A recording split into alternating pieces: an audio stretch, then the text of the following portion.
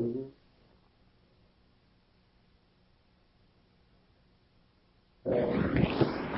ိုင်ကျသောစိတ်ကျမ်းမာသံသောသောစိတ်ကိလေသာအနာရောဂါကျင်းသောစိတ်တွေဖြစ်အောင်အထုရတာပါဒါကိလေသာအနာရောဂါကျင်းတာကအကျိုးတရားဒီထံတရားအထုရတာအကျိုးတရားပြီးတော့နုညံ့တဲ့စိတ်ကိုခက်ထန်တဲ့စိတ်နုဒုစိတ်တာဆိုတာတိတ်ဝီသောစိတ်နုညံ့သောစိတ်ကြီးဖြစ်အောင်အထုရတာပြီးတော့ဝိနိဝေဝရဏစိတ်တာအနောက်ရှက်နိဝရဏတရားတွေကင်းဝေးစင်ကြယ်လို့နိဝရဏကင်းတဲ့စိတ်ကိုဆက်ရှင်းတဲ့စိတ်ဖြစ်ဖို့အတွက်အထုရတာအလိနာစိတ်တာဆိုတာမတွန့်ဆုတ်သောစိတ်အဲ့ဒီစိတ်မျိုးတွေဖြစ်ဖို့အထုရတာပသနာစိတ်တာဆိုတော့ကြည်လင်သန့်ရှင်းတဲ့စိတ်တွေကြည်လင်တဲ့စိတ်တွေကြည်ညိုတဲ့စိတ်တွေအဲ့ဒါဖြစ်ဖို့အတွက်အထုရတာပါပဲ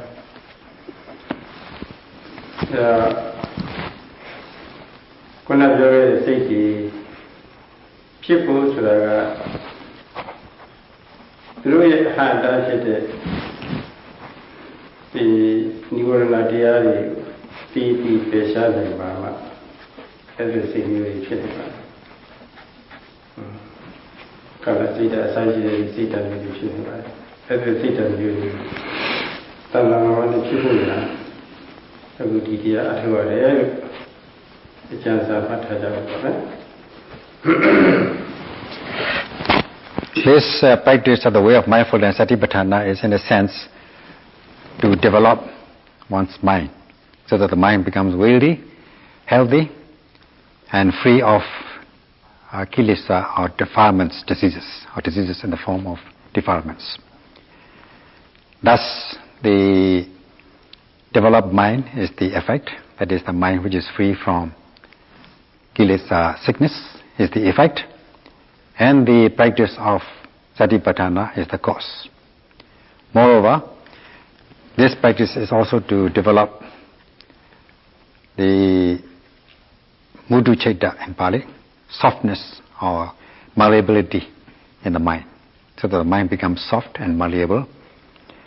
And also, secondly, to be free from hindrances to practice, progress, nivaranas.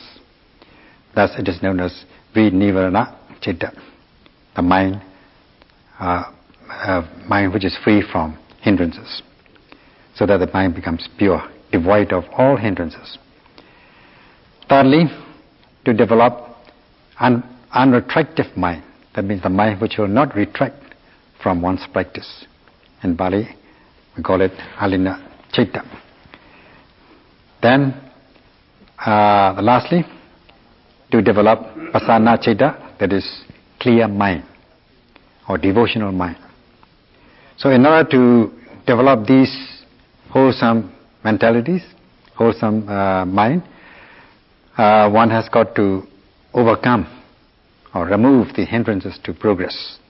In Pali we call nivaranas, so that the mind becomes developed and becomes free of kilesa diseases, become wealthy, healthy, soft, and so on. So, yogis are to remember that the practice of Satipatthana is to develop such qualities of mind.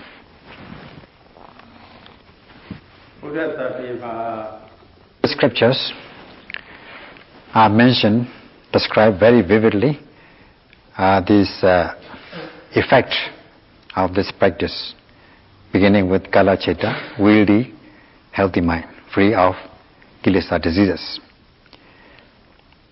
And the effect is to be free from 5 kinds of hindrances to progress, nivaranas. Now out of these 5 hindrances, we may mention this sense desire hindrance or hindrances of sense desires. In Pali, Kamachanda Nivaranas. That is wishing to enjoy sense impressions, indulging in worldly pleasures. Then only the mind will become, when only these desires to enjoy sense impressions, desirable sense impressions are free from the mind, will the mind become really strong, free of kilesa diseases, and one will achieve happiness. Then we have, as the second in the series of these 5 hindrances to progress, Nivarana, hindrances of ill will. In Pali, Vyavada Nivaranas. In essence, this is dosa, anger, or aversion. This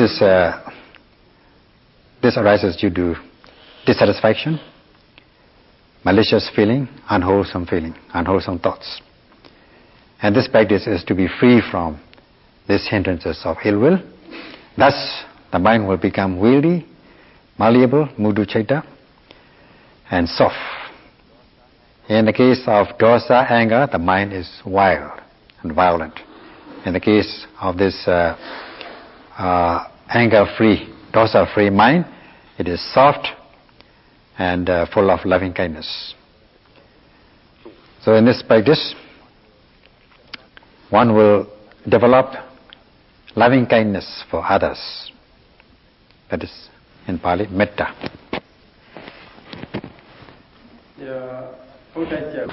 Then we have, as the third, the hindrances to practice, Uddhacca, Kukucca, Nivaranas. Uddhacca means distraction of mind, restlessness. The mind is removed from the object of observation, not closely following the object of observation. The mind becomes restless and dispersed. It becomes flighty. Now, as for Kukucca, this is feeling remorse about things undone, good things undone and evil things done in the past. Worrying about the past evil things done and good things not done. So this practice is to remove. In the course of the practice, if the mind, with the sustained mindfulness, when the concentration deepens and the cultivation of knowledge, this kind of hindrances to practice will be removed from your stream of consciousness. Thus, your mind is free from this kind of nivarana. Thus, it becomes vinivarana citta, mind which is free from hindrances.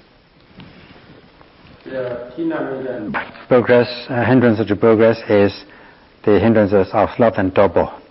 In Pali, Tina Meda Nivaranas. That means the slothness of mind, the lack of effort, or the effort becomes weakened, the mind becomes viscous, slimy, not active, become wearied, tired, as if one has spent up one's ability. There's no more ability left in one's mind. So during this practice, with the application of effort, one is able to note the object of observations with precise pinpoint precision. The mind will be free of this kind of hindrances to progress, that is tina, meda, sloth and torpor. Thus the mind becomes energetic and active, and thus the mind will be alina citta, non-retractive. That means the mind will one will not wish to withdraw or retract from one's practice. One will only advance forward, and there will be a desire to practice more and more. So in order to achieve this kind of quality, we have to practice the way of mindfulness, satipatthana. The hindrance to practice is vicikicca nivarana. the hindrances of skeptical doubt. That is skeptical doubt about worthwhile practices, practices which bring about good effects, good results. One becomes indecisive about the benefits of the practice, and one tends to analyze and criticize things because one has no faith in the practice. So in the course of the practice, as the mind cultivates a concentration and seeing things, seeing true nature of events from the basics through the different stages of insight, one will come to accept the events, the facts, with experiential knowledge. As much as knowledge arises, the faith and confidence also will arise by leaps and bounds. Thus, one comes to a confirmation, and there will be no skeptical doubt about the practice, worthwhile practice. There will be no criticism, and no analysis about the worthwhile practice. And this means that one is free, one's mind is free from vicikecha, skeptical doubt about the worthwhile practice. Thus, there will also arise this pasana citta, clear mind, a devotional mind. And in order to achieve that, one has got to practice this way of mindfulness, satipatthana. So these are the 5 benefits as a result of the practice of the way of mindfulness, satipatthana, which help overcome the 5 kinds of hindrances to progress. And also, yogis have to practice certain meditation techniques, that is 4 guardian meditations. In Bali we call Chatura Rekha Bhavana, in order to be free from disturbances during this period of practice, during the retreat. They are 1. Buddha-nusati, recollection of the Buddha or the Buddha's qualities. Secondly, Metta Bhavana, loving kindness meditation, that is pervading metta, loving kindness to the rest of the world, that is to others. Thirdly, we have Asubha Bhavana, that is reflection of repulsiveness of parts of the body as being full of a multitude of impurities. And fourthly, we have this Maranasati, mindfulness of death, to be always conscious of death.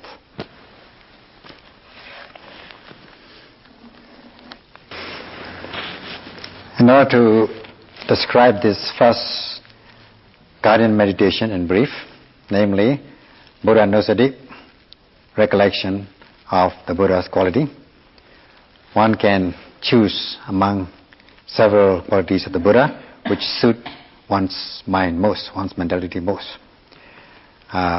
One need not go into all the 9 major qualities of the Buddha. Let us choose out of these 9 qualities Samma Sambuddha, that is perfectly, fully self-enlightened. Now, the Buddha means knower or enlightened. Enlightened about all things noble, all noble things. Knowing all noble things. That means he's free from delusion, confusion. There are 2 kinds of ignorance, namely not knowing correctly, knowing wrongly. So he is free from this confusion and delusion.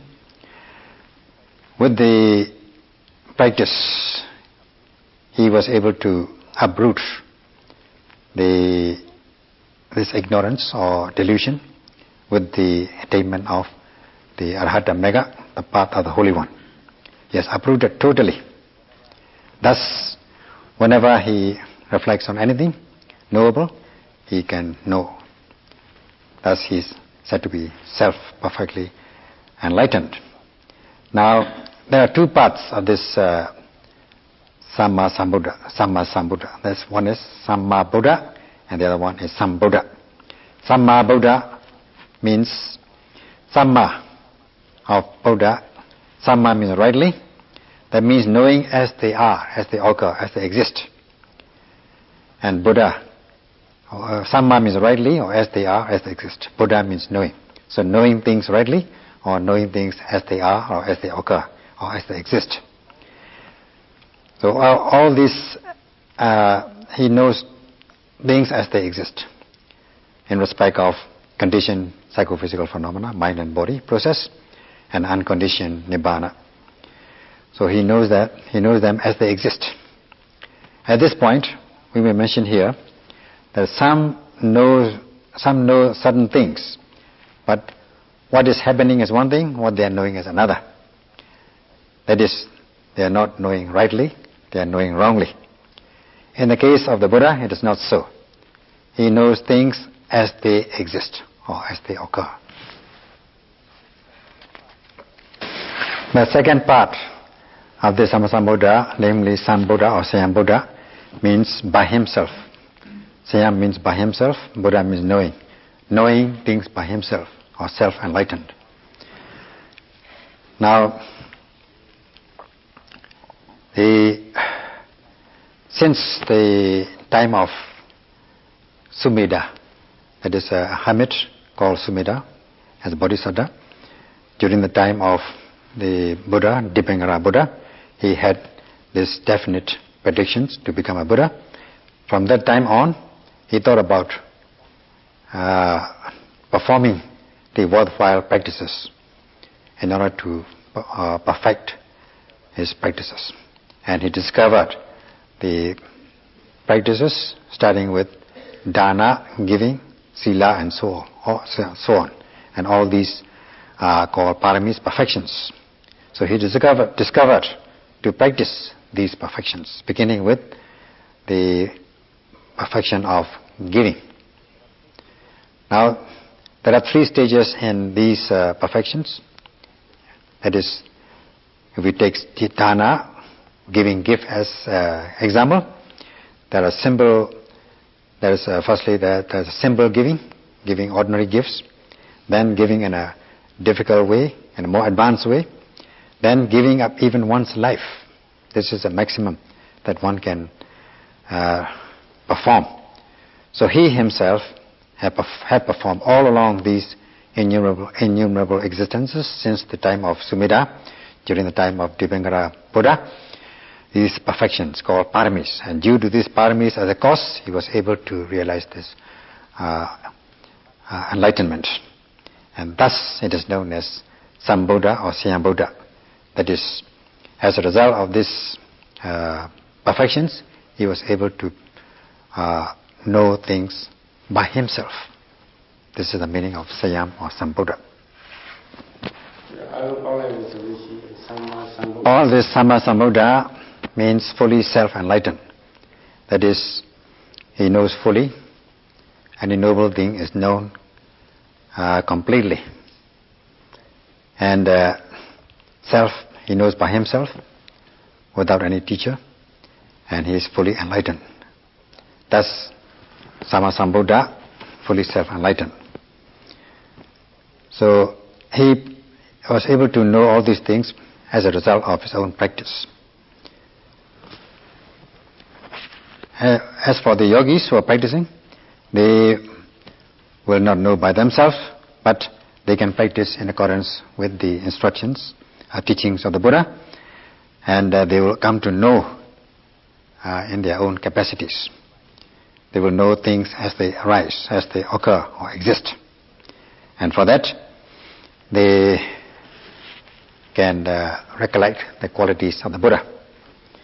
Non-Buddhists, at this point, non-Buddhists need not practice this kind of guided meditation, that is the recollection of the Buddha. As for the Buddhists, they can practice this kind of meditation. Although non-Buddhists need not practice, but they can also practice in thinking about the gratitude. As a token of gratitude to the benefactor.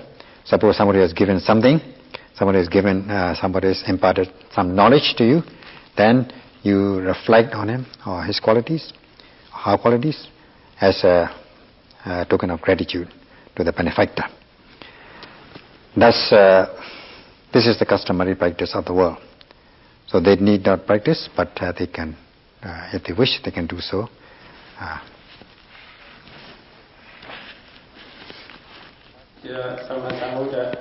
Thus, this is the essence of this quality, Samma Sambuddha, 47 enlightened.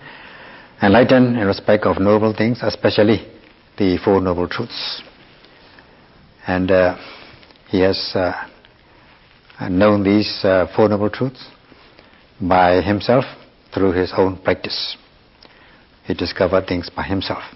And in this way, one has to reflect or recollect the quality of the Buddha.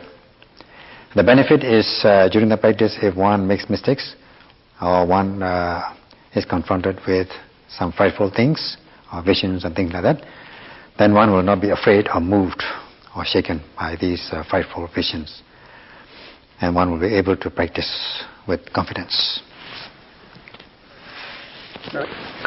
Secondly, we have this Metta Bhavana, loving kindness meditation, that is pervading loving kindness towards all beings, wishing well for all beings, without any limit, without measure.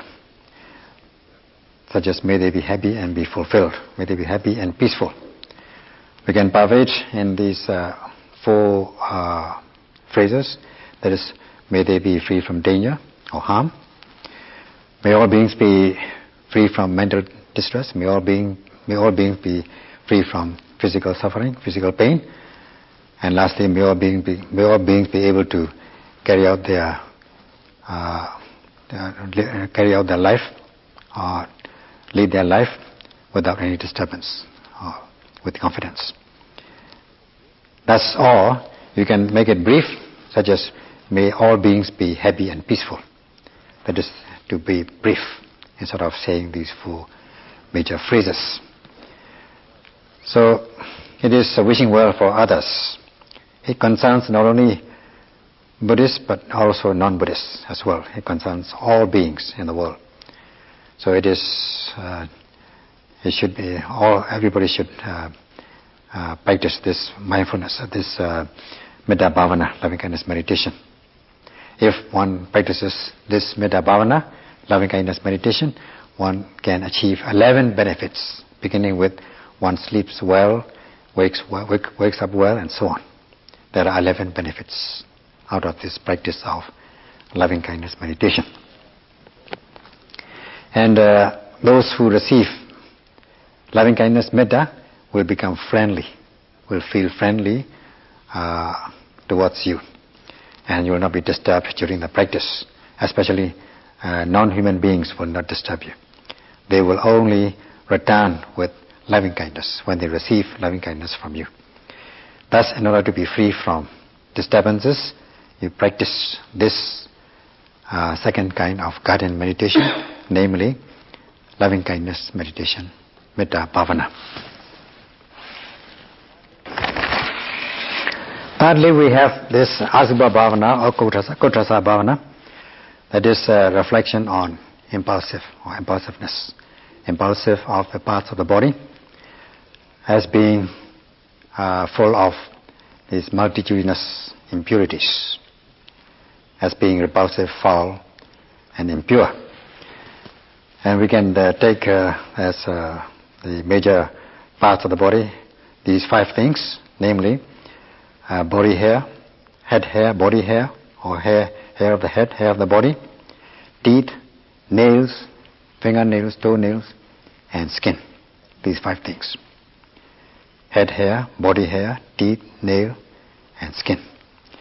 So taking these 5 things, one can reflect as being foul, impure, and repulsive. In a composite manner, when they are taken as a whole in the body, they may excite attachment, not only to oneself but to others. And when they are taken apart, when they are viewed individually, they will appear very repulsive, foul, and impure.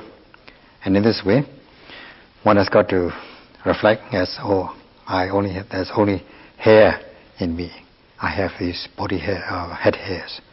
I have these body hairs, I have these teeth, I have these nails, fingernails or toenails, and I have this skin only, that sort of thing. And this way, if you reflect, then when they are in a composite way, when they are viewed as a whole, they may excite attachment and be seen as beautiful. But when they are viewed in the individual parts, they will be seen as foul, repulsive, impure, ugly. So although as a whole they look beautiful, in fact they are not beautiful individually, if you reflect upon these individual parts. So this is what is meant by Asubha Bhavana, reflection of repulsive. And the benefit of this practice is, whenever during the practice, in the course of a practice, you come across beautiful things, beautiful scenes, which might excite attachment, especially the opposite sex in your visions, you will not feel attached from these things. You will be detached from such beautiful scenes. And you'll be able to practice in peace. Hence, this practice of guardian meditation, Asubha Bhavana, reflection of repulsive, reflection on the repulsive.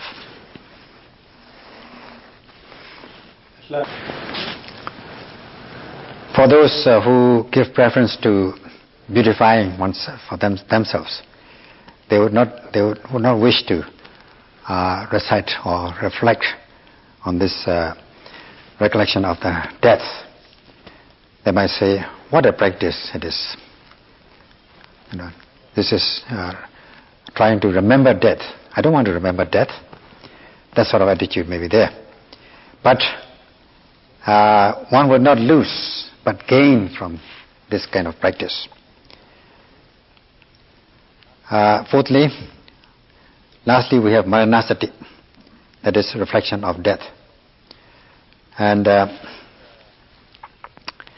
this reflection of death, that death is sudden, but once we come into life, one is bound to die. And death is sudden. And any time, death is bound to take place, in any place, anywhere. So one has got to reflect on the death as such, so that one will not become afraid. The benefit of the practice is, during the course of the practice, when the yogis experience unbearable sensations, one will not be afraid. One will not shrink from the practice. One will practice risking one's body and life. And one will also be conscious that one should be fulfilled with this practice, worthwhile practice, of when one is alive, before one dies. So this is, in this way, this is a reminder. This will be an inspiration. One will be moved with this kind of recollection, that one should practice this kind of training while one is still alive, strong and healthy. Of course, some are afraid to think about death. They tend to shrink from such memories. They feel rather touchy. They think that it's demoralizing to think about death, but it is not so. So in this way, in the last retreat, at this point, it may be mentioned that some of the yogis are scared to recite this kind of, or to reflect on this practice, death. Later on, all of them follow suit. Maybe they like chanting of such things. The beings, the Buddha's teachings are not to lead to ugliness or to death. It is a way to deathless state, because we are dying many times through our countless lifetimes. We have died many times. So this is to realize the state of deathlessness. Thus, this is something to be practiced, and do not be scared to practice this guardian meditation that is recollection of death. About explanation on the 4 guardian meditations, which are to be developed so that yogis will be free from disturbances in the course of the practice, and they can meditate with security. So the question is, how long should one take to meditate these 4 guardian meditations? It should not be long.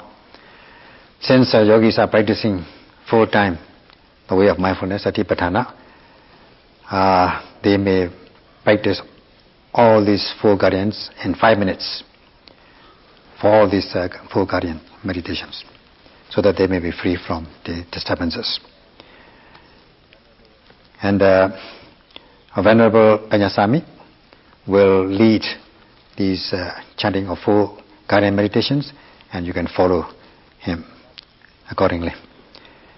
Thus one may practice these 4 guardian meditations and be free from disturbances. May you all be free from disturbances with the practice of these 4 guardian meditations, and may you all be able to practice during the course of the retreat this high level discipline of way of mindfulness in order to develop this high level mind that is wieldy, strong, healthy and soft mind to satisfactory stage. That's all for this evening. Sadhu. Sadhu.